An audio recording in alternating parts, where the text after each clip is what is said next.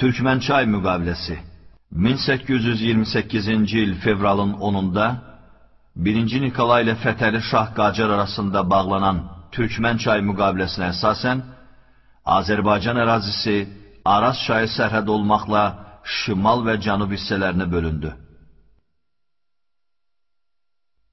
Ermənilərin Şimali Azərbaycana köçürülməsi 1828-ci ildə imzalanmış Türkmençay müqaviləsindən sonra demoqrafik vəziyyəti dəyişdirmək məqsədi ilə Şimali Azərbaycana Osmanlı dövləti və indiki İran ərazisindən kütləvi şəkildə ermənilər köçürülməyə başlandı.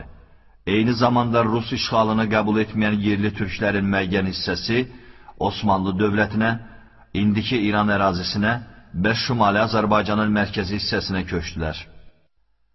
Dərbəndin itirilməsi 1840-cı il islahatından sonra Şimali Azərbaycanın 7000 kvadrat kilometrlik ərazisi Dağıstan vilayətinə birləşdirildi.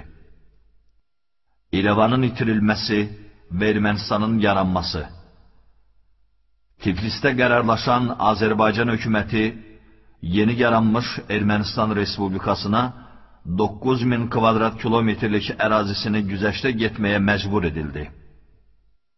Ermenidən özür diləyən özürlülər, bunun için ne diyorsunuz?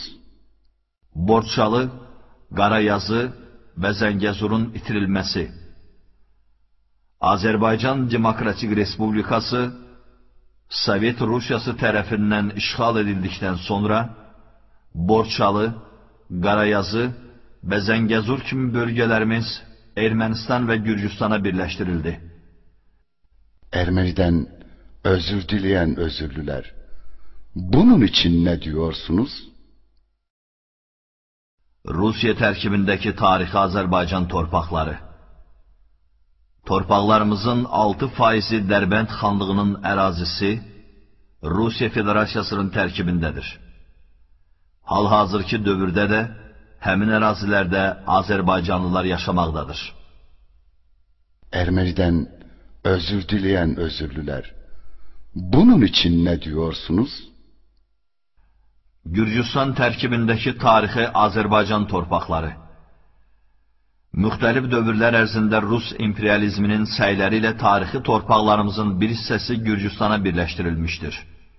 Hazırki dövrdə də Azərbaycanlılarla məskunlaşmış bu ərazilərin təxmini ölçüsü 8700 kvadrat kilometrdir.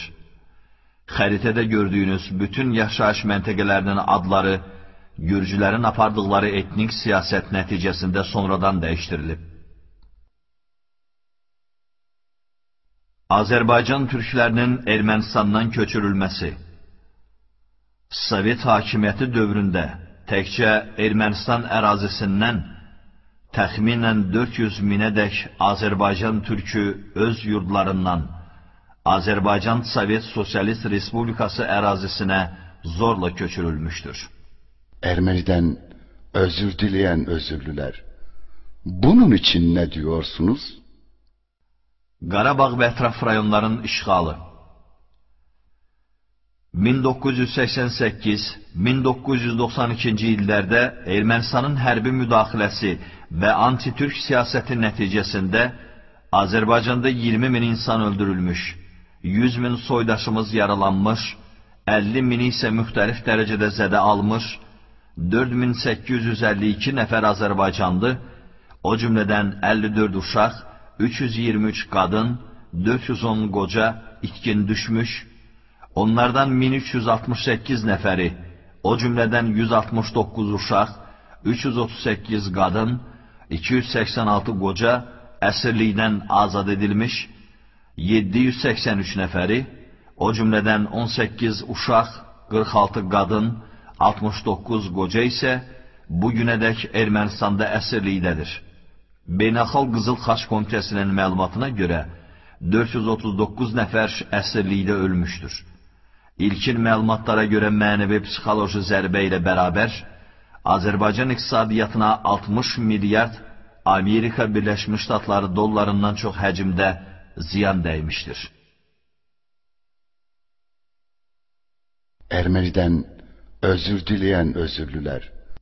Qədim Türk yurdu Ermənistan, tarixən heç bir erməni olmadığı halda, təxminən 30 min kvadrat kilometrlik ərazimiz tədricən ermənilərlə məskunlaşdırılmış və burada yaşayan bütün Azərbaycanlılar yurdlarından qovulmuşdur.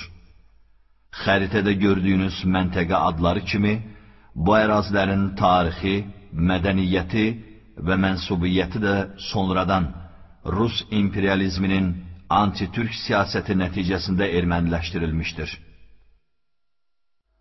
Ermeniler hali hazırda Türk topraklarında huzur içinde yaşayıp, hatta 100 binlerin özgürce hepimiz Ermeniyiz diye Türk topraklarında nara atarken, Ermeniler kadim Türk yurdu Ermenistan'da tek bir Türk'ün yaşamasına tahammül edemedikleri gibi, Türk'e ait tek bir anıt mezar dahi bırakmamıştır.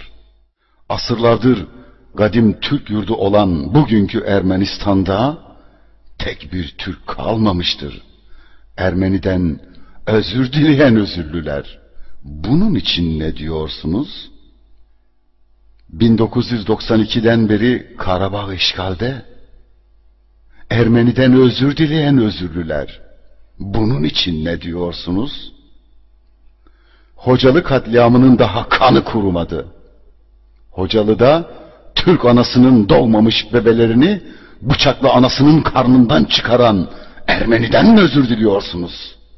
Ermeniden özür dileyen özürlüler. Bunun için ne diyorsunuz? Ermeniden özür dileyen Ermeniler, pardon. Sahi siz Türk müsünüz? Bunun için ne diyorsunuz? Siz Ermeni misiniz? Türk müsünüz? Bunun için ne diyorsunuz?